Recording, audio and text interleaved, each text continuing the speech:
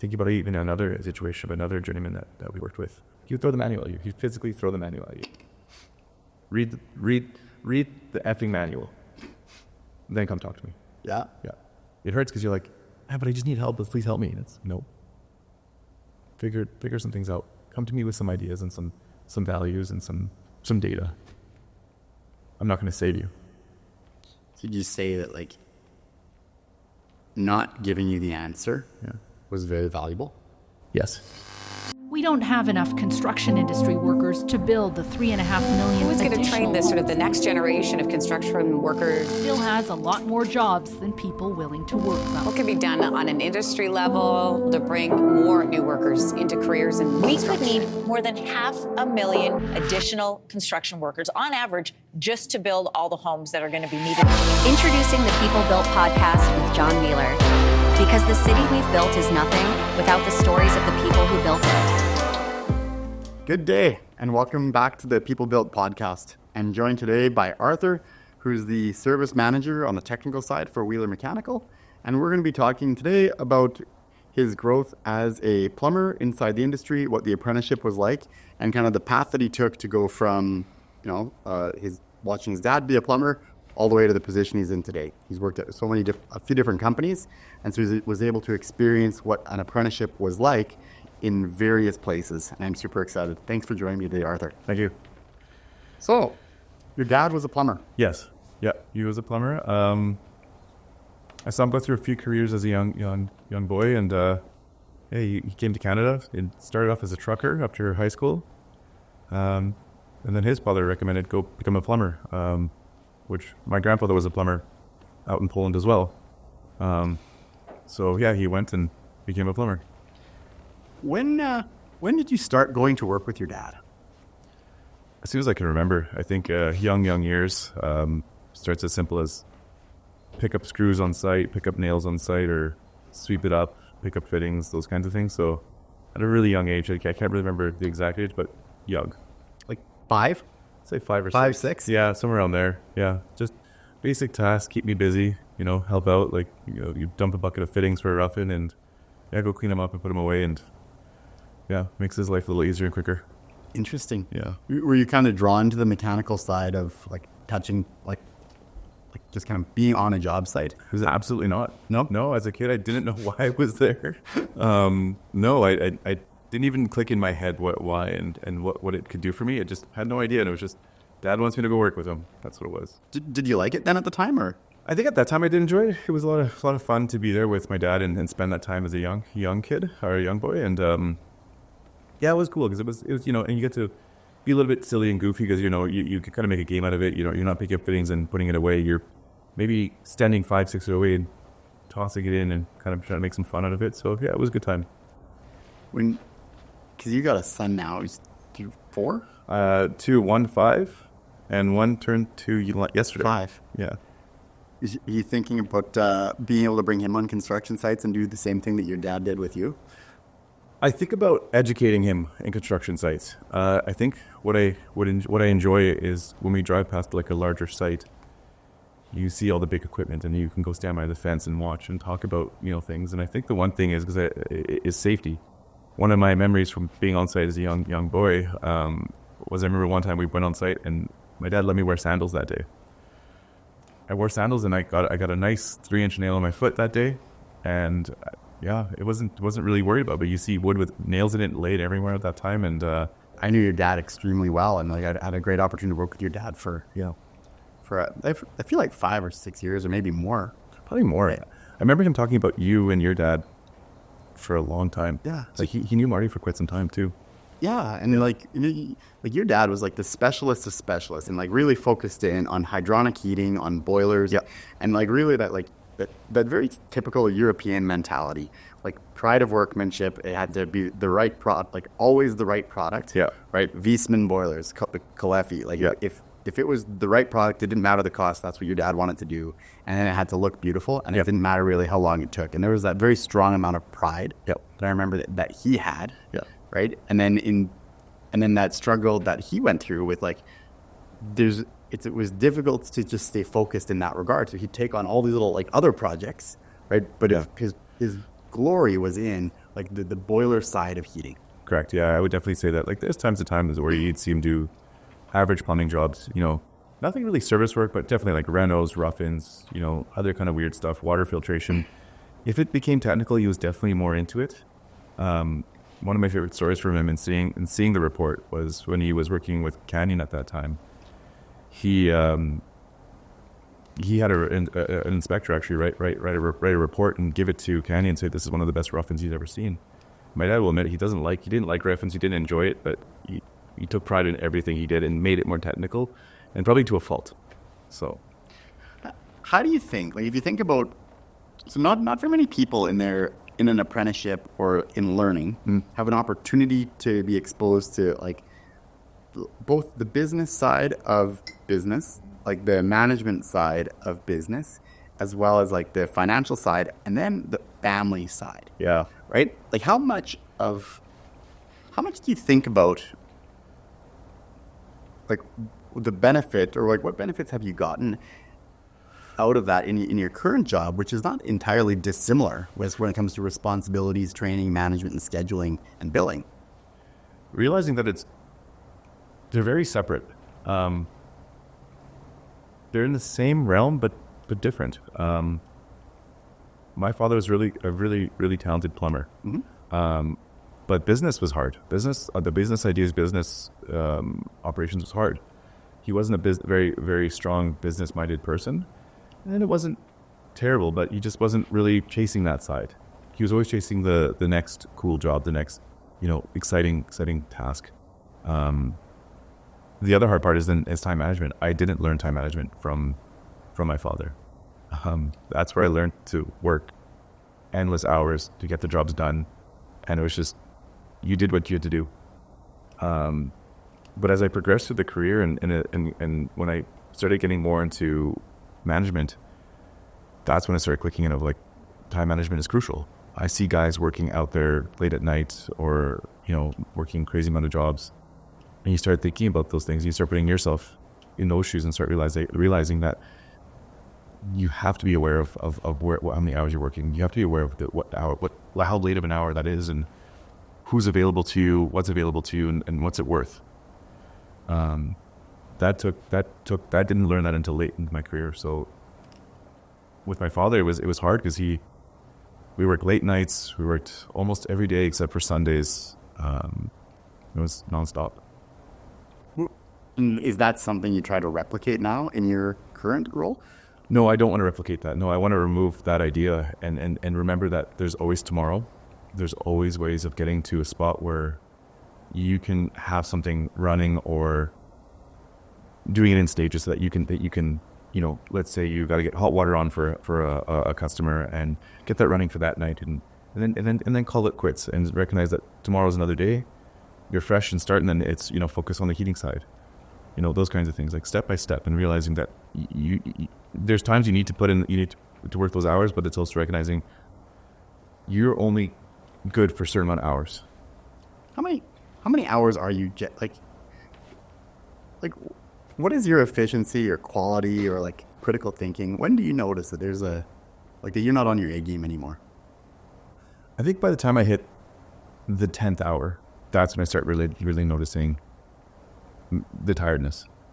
I think most times, and I'll be my own judge here, but I think I could handle a good 10 hours and be pretty efficient.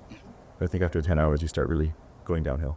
And is that a new realization for you? Have you always known that 10 hours is the limit, or is there... No, this is new. How have you learned that? Mistakes and health. Health is a big one. Health was never a worry for a long time, but then you start worrying about, aches and pains and things that you go to the doctor for and then talk to the doctor about. And he's like, yeah, you're not taking care of yourself. You're not sleeping, you're not eating, you're not doing these things, you're not spending the time to focus on your body. That's when I started realizing, when you worked out in whatever job and you don't take lunch, you don't stop for breaks, you might stop for a break here and there, but it's not to eat. It's to maybe rest your hands or rest from sitting or standing all for hours and at a time, or standing on the ladder. So then it wasn't really a break. It was just a a moment to rest the body that was getting tired. Interesting. Yeah.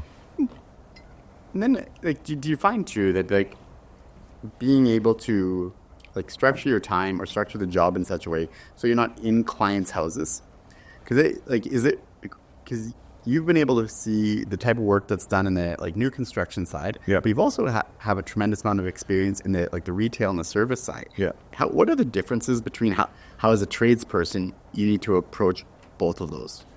It's a big difference. It's funny enough when working on the construction side and you're working 9, 10 o'clock at night, and you're always worried about the noise.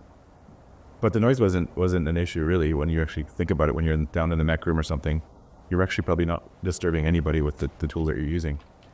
But when you're in a client's home, every minute that you're in their house is a disturbance. Yep. I truly believe that. And as nice as they are and as amazing clients we have, they don't want us to be in there. It's intrusive.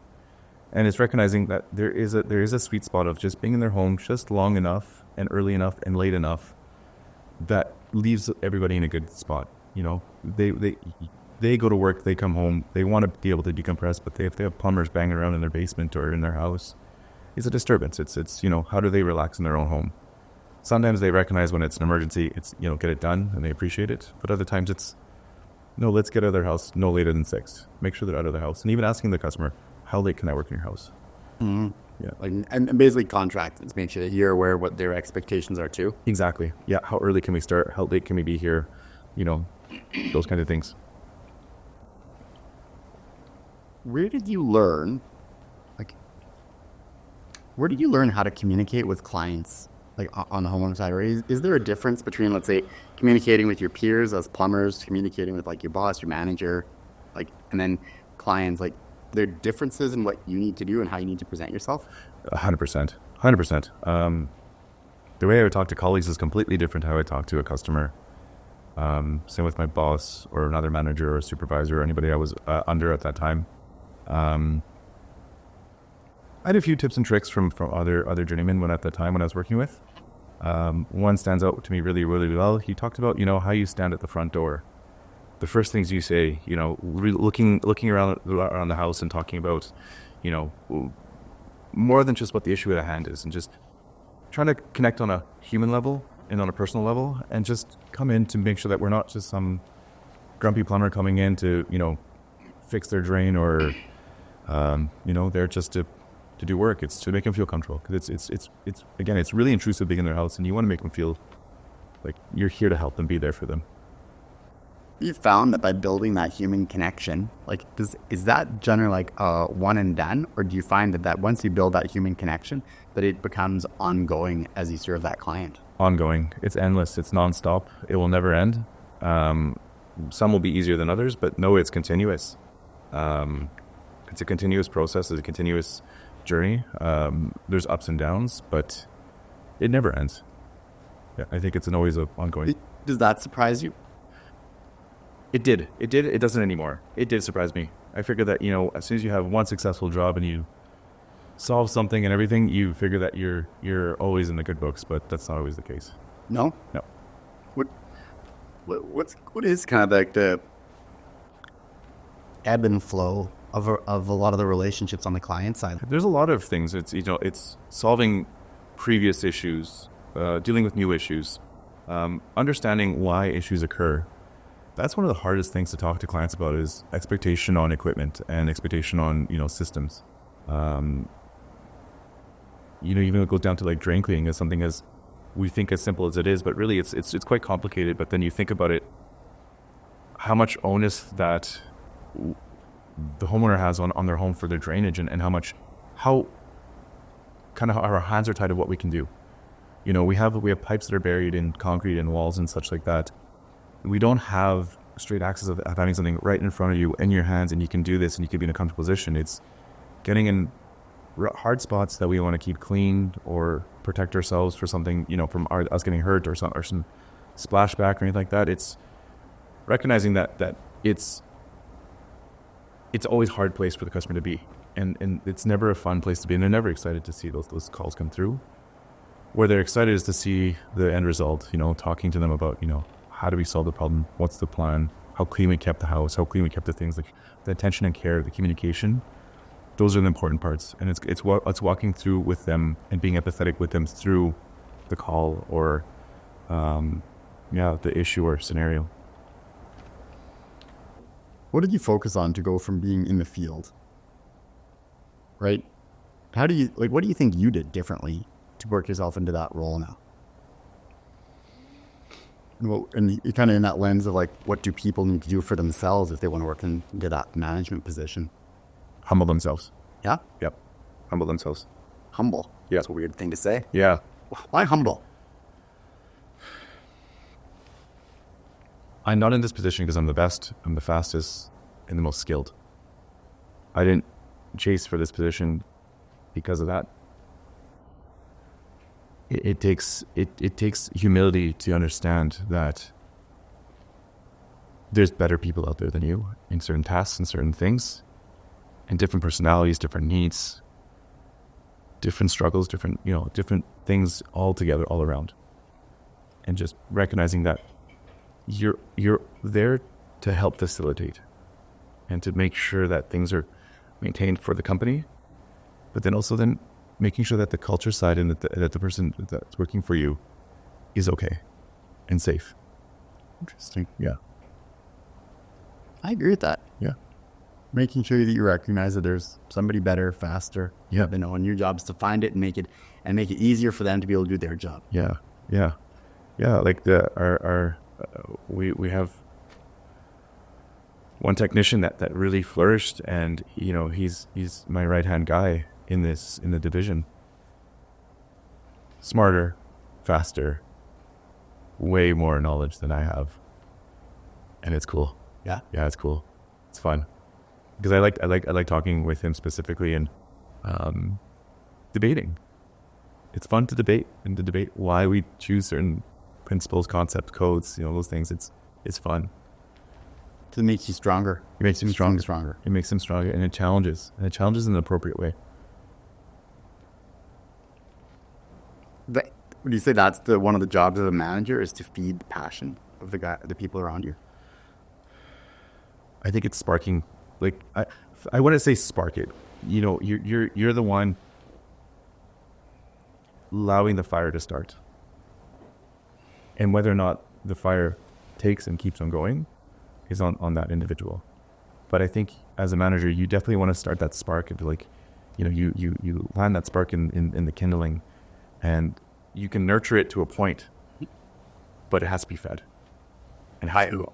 By both parties. But then both parties need to recognize, is that what's wanted? Because if you think about that in a fire standpoint, or even as an analogy, like, do they have the skill set? Is the wood wet? Is the wood dry? Is the wood, is it going to plume a bunch of smoke, or is it going to be a clean burn? Like, where's that individual at? What are they going to see out of it? What do they want out of it? And maybe they don't want that fire started. Maybe that's not where the fire is, where it belongs. And just making sure you don't push for that. Or at least having discussion.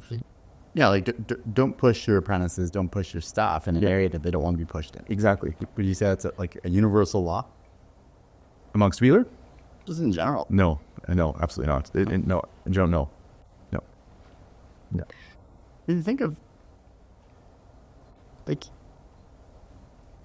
your apprenticeship, Yeah. what was something that didn't feel good at the time that with the benefit of hindsight, you look back and goes, that wasn't good? Mm-hmm. Right? Mm-hmm. And then what are some of the stuff where you look at, and it is like how does an apprentice know when they're being challenged fairly? Right? It is hard. It doesn't feel good. And it's ultimately beneficial. Yeah. When you and I had discussions about working with specific individuals, before that I was working alone. And then going back to being under someone. That was hard. Because I had some independence at that point. Yeah. And independence is great. Independence is fun. You have more flexibility. You can do a lot more. You can pick the radio station when you get on site, that kind of thing. But that was one of the most pivotal things of my career. Because we talked about intentional training. And that was contracted between you and I of Why is it intentional? Why are we looking at and why are we doing it? Why these individuals? And it was hard, but I'm grateful for it. And what was hard about it? What do you remember feeling or thinking? I remember feeling angry and like that I didn't need to, that I had everything figured out.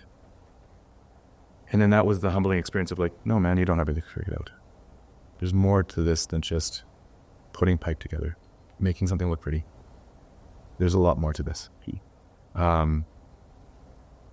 Yeah, but at first it was aggravating. It was frustrating because it was like I've done this, I got it. Like, let me alone, I can do it. Like, let me do it. And it really came down to because of a few mistakes, and then realizing that, and that's that those mistakes are what prompted you and I to have very direct and hard conversations. Do you remember what those mistakes were? Yeah, there were leaks, there were miscrimps. Yeah. Okay. Yeah. I'm glad you remember that. Yeah, I do. Yeah, it never leaves my head. No. Yeah. What did it feel like to flood a house?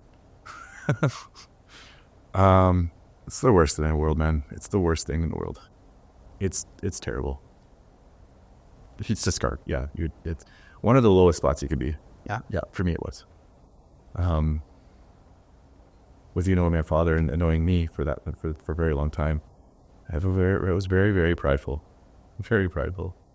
And my dad put a lot of pride into me, and he was a very prideful man, and that was just kind of like an inherent thing we had, and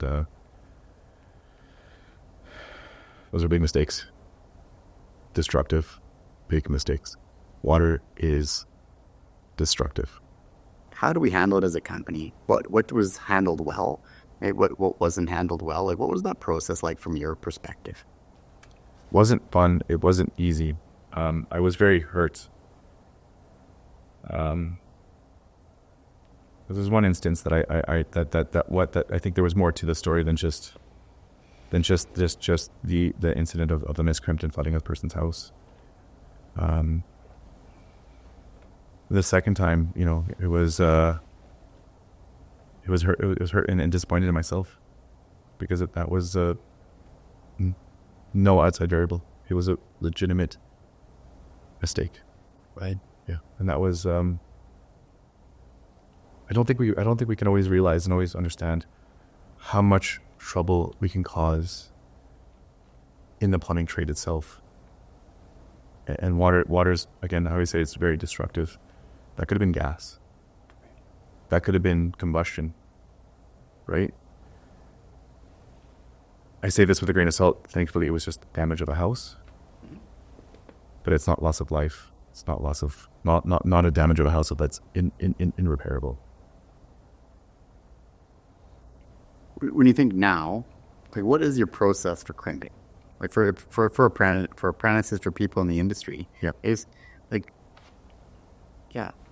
what is your process? And what's your process? The process that I have now, and forever will have, is you're either cutting the pipe or you have your end of pipe. You put PEX ring on, PEX fitting in, and you immediately crimp that ring before you move on to any other portion of that fitting. Every time. Like,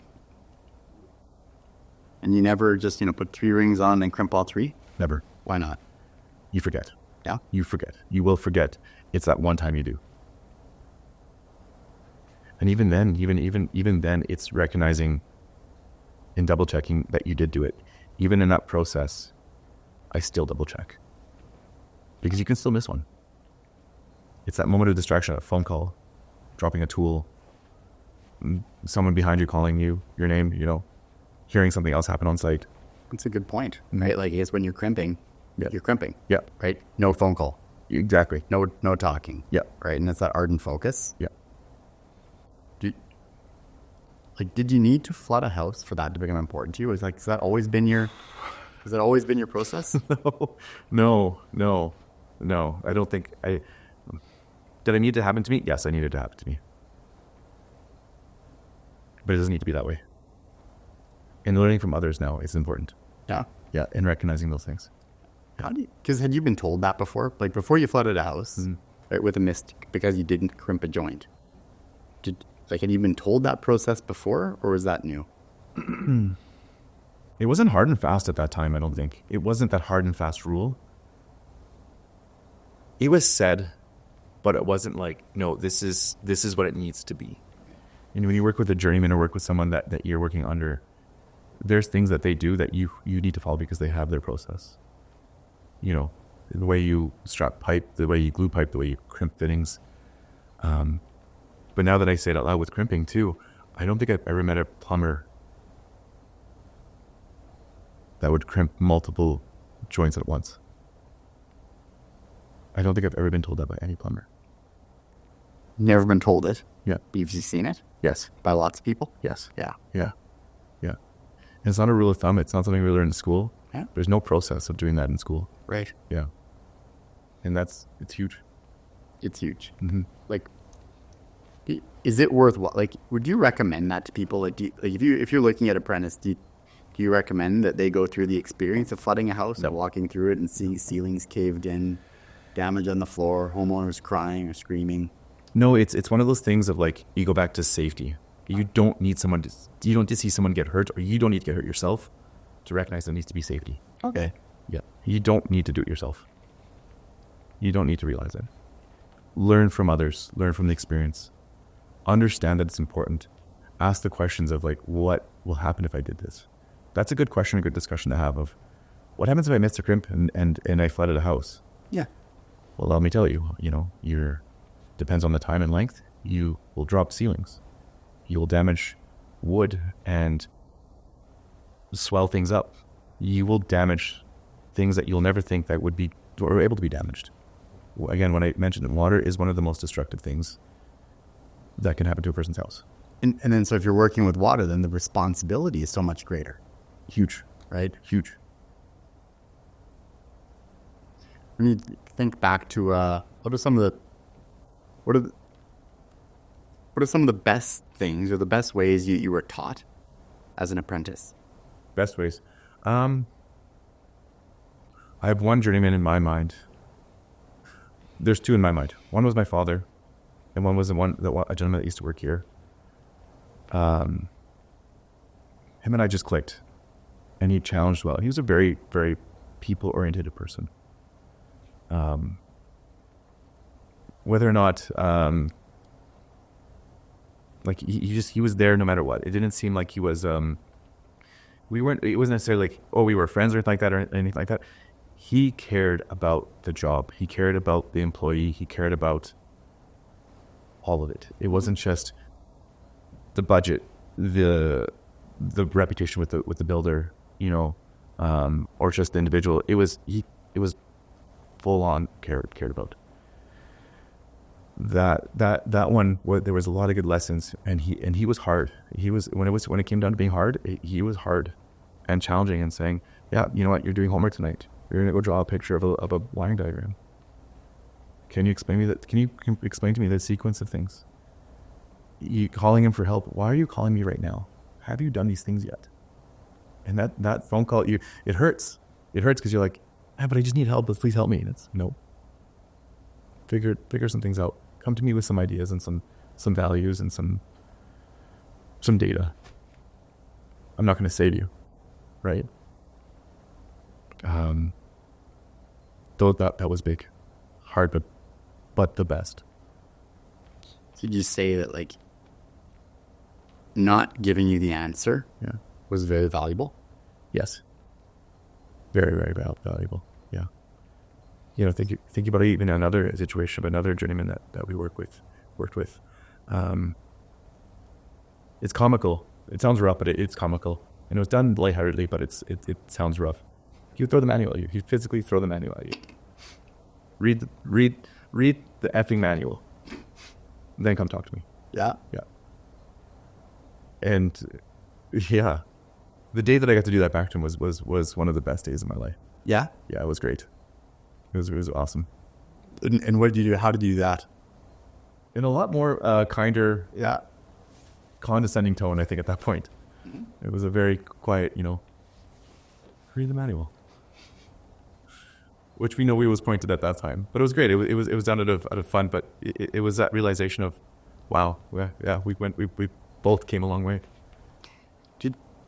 Did you feel then in both those scenarios, it sounds like there was like a real high level of respect for each other, that like that person respected you, you respected that person. Yeah. Right. And when you're calling the person you need help, because it sounds like you kind of thrown into the wolves a little bit. Yeah. You're calling and the guy goes, listen, have you done the following things? No, don't call me. Yeah. That was done with respect. Yeah. It didn't feel that way at that point, but when you look back on it, that it was done out of respect. Because it wasn't done in a way of saying, you idiot, what are you talking about? Why are you calling me? Why are you wasting my time? Or just even getting to the point of like, I don't trust this guy enough. I just need to give him the answer so we can get him out of there. Yeah. It was, I trust him enough to struggle. That's it sounds crazy, but I trust him enough to struggle right now. He'll make the right call. He won't make a bad decision right now because he's thinking. And I trust, and they trust. There's not trust on that end. And that was beneficial for you. Yeah, I didn't realize that at first, but I recognize it now. And saying, and even sometimes you have to say it explicitly. Sometimes to the individual and saying, no, I trust you. You're going to make the right call, but call me when you have some data. What are some of the worst things that you experienced as an apprentice? What did people try that you, even with the benefit of hindsight, you're like, that's not effective? Yelling, name calling, outward bursts of aggression, even the cold shoulder. Those are all bad things. Those were all things I had to experience, and it was not fun. I never really got anything out of it. What are kind of some of the names that you remember being called, that you've seen people be called? Yeah, like it's pretty bad. Like we can go like to all of it. Like, yep, you're an idiot. You're a piece of shit. You're not smart enough. A lot of just really mean, really hurtful, pointed things. All to do with intelligence and capability. Yeah. Yeah. Is that like, were those once-off type of experience, or was that kind of scattered throughout your apprenticeship, or was that like a day? Scattered. Yeah. It happens everywhere. I don't think we can get away from it. It happens everywhere. Yeah. Yeah. Really, truly. What do you think's going on for the person, right, who's training, who's calling you an idiot or asking if you're stupid, right? Like, what's going on for them? Why did they do that? Like, were they bad people? No, I don't think anybody was. Maybe one or two I can think about in my career. But for the most case, no, they weren't bad people. So why would these good people call you an idiot or stupid? I think it comes with the way they were trained and what they were coming up with and how they were brought up. It was a way of then highlighting what's wrong with you, or what's wrong with the task. Maybe not wrong with you, but what's wrong with the task.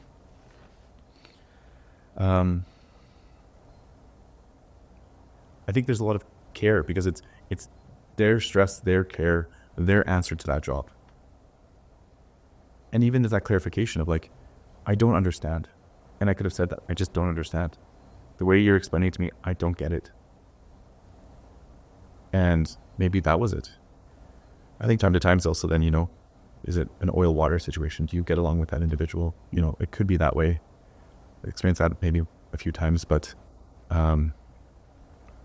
there's a lot of stress on that person doing the training and having a person that's green, new, or not understanding the task. And when you have pressures from builders, bosses, whatever it may be, or getting that job done as quick as possible because it's how much money you make in that job. There's a lot of stress on that person. When you were training staff on site, Yeah. would you ever call people stupid? Never idiot? No. Were you ever frustrated with people? Yes. Extremely. What would you do instead then in those times of frustration? All right, and when because it sounds like you just wouldn't be feeling supported. So you guys have a goal, you have to get a job done. Yeah. You've explained something to somebody, you feel like there's an understanding. Time goes by, there is an understanding. Now you're going backwards. Right? How do you handle that situation with your apprentices? With the ones we have now, it's explicit conversations and discussions and recognizing where they're at. And then there's a lot of guys in the department right now that I believe it's a talent to say, I am not confident. I don't understand. I'm going to struggle at this. And it's that immediate, that recognition right away before the job starts, and it's having a discussion about it. And But what would you do in the moment, though? in the moment? In the moment, like, so. Yeah. Okay. So, like, for people who are training, Yeah. or being trained, and this is happening for them, like, do you think this is still happening in our industry? Yes. Yeah. So, Yeah. So, like, what were you doing differently? What are you trying to channel? What are you thinking about? So that you're not the guy perpetuating that level of disrespect that we've all experienced. What are you doing differently? What do you channel? Understanding and bringing yourself down to where they're at. Yeah. Yeah. How do you do it? Or what does it look like? What would I see you doing? Asking how they feel. Yeah. Really? Yeah. Asking how they feel immediately about that. Talking to them and asking where are they at? What are they feeling? What specifically stresses them about a task? So when you're stressed, when you're kind of choked because the job's going to be late or Yeah. you're not going to make it home on time, your first intuition is to ask them how they feel. Yeah, because if they don't feel good and they're stressed and all that, it's not the easiest question to remember to ask, but it's good to find out where they're at, because maybe they need the support to bring up the morale. You know, maybe they need to tap out and just call it in and have that rotation of a guy, that kind of thing. Is it more productive? Yes, You get the job done faster? not necessarily faster, but the job gets completed and it's done well. Interesting. Yeah. Do you think that do you think the apprentice and your relationship is better off because you didn't call them an idiot and stupid? 100%. Yeah. Yeah, 100%. Yeah. Yeah. Have you seen a difference in how we treat apprentices and upcoming employees and getting people ticketed? Have you felt a difference? I think one of my biggest drawbacks, or one thing I don't always know what happens at I don't know specifically what happens at other companies. I have no idea. Yeah. But I'm very proud of the people that work within Wiehler that go, like, we do have conversations about intentional training, right? Like talking to people about what their growth path is. Yeah. Like recognizing that people may have a growth path that leads them outside of Wiehler, right? And I think, like, talking about, like, really looking at what are the skills in general and try to find that balance between being able to train people in a way that's good for them, but also be profitable in a way that's good for us and them. Mm-hmm. And I really see that from a human being level, that people appreciate that, right? That when we stop looking at our guys like they're just, like, you know, they're a water line guy, they're a gas guy to this, like, and really engaging them, like, well, what do you want? Like, it's okay if you want to be a roughing guy. It's okay if you just want to do gas. But so many people, like, I hear, like, they want to learn differently. And I think one thing I'm just proud as an organization is that we've started to share in that problem, right? Just because somebody wants to learn something different doesn't mean they're going to. But we have that conversation. Well, what do they need from us? What do we need from them? And that's been a big difference that I see from even 10 years ago with Wiehler. Right? And the way we have those conversations is different because it's neither side is one way. Yeah. And out of that, do you see for Wiehler that we'll ever create some kind of training within the company and create some kind of place for maybe not necessarily have on the job training, but some kind of place to do training of, like, how do you make something look pretty, or how do you install a boiler? How do things work? Like a safe place. I hope so. Yeah.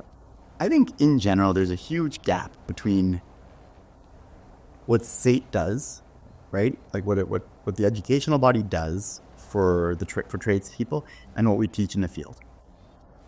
And I think when you talk early on in our conversation about how there's different learning opportunity between, like, visual, auditory, and kinesthetic. But there's also, like, that supplement as to, like, why does what you're learning in the field matter? What are the roles? Like, how are you supposed to learn some of the stuff? And I think there's a middle ground to it. I think our industry is more challenged because it's a very low margin industry. Mm-hmm. And it's tough to find those opportunities. Like our staff are scattered. Like we rarely ever have more than 3 people working in an area, right? And with very tight timelines that are generally measured in hours, not weeks. Yeah. And then, so I can see why it's very challenging to have more structured learning for field guys. And, that's my goal for 2025. Cool. Right? Like, I see it's a problem. Yeah. I think one neat part is like being able to work within that culture of mutual respect, right? And, being able to have people in the company and come together and talk about like, how do we solve these more complicated problems? Yeah. Like, and then what I'd say my biggest gratitude for the life I have now is that so often I don't have to solve these problems alone anymore. Yeah. One of my biggest things that I get to do is I just get to figure out what problems we have. I'm very, very fortunate to have the podcast, to be able to interview our guys, to have that level of trust. Because it's like every time I have a conversation, I get like 19 good ideas. Yeah. Or it's actually like 19 problems.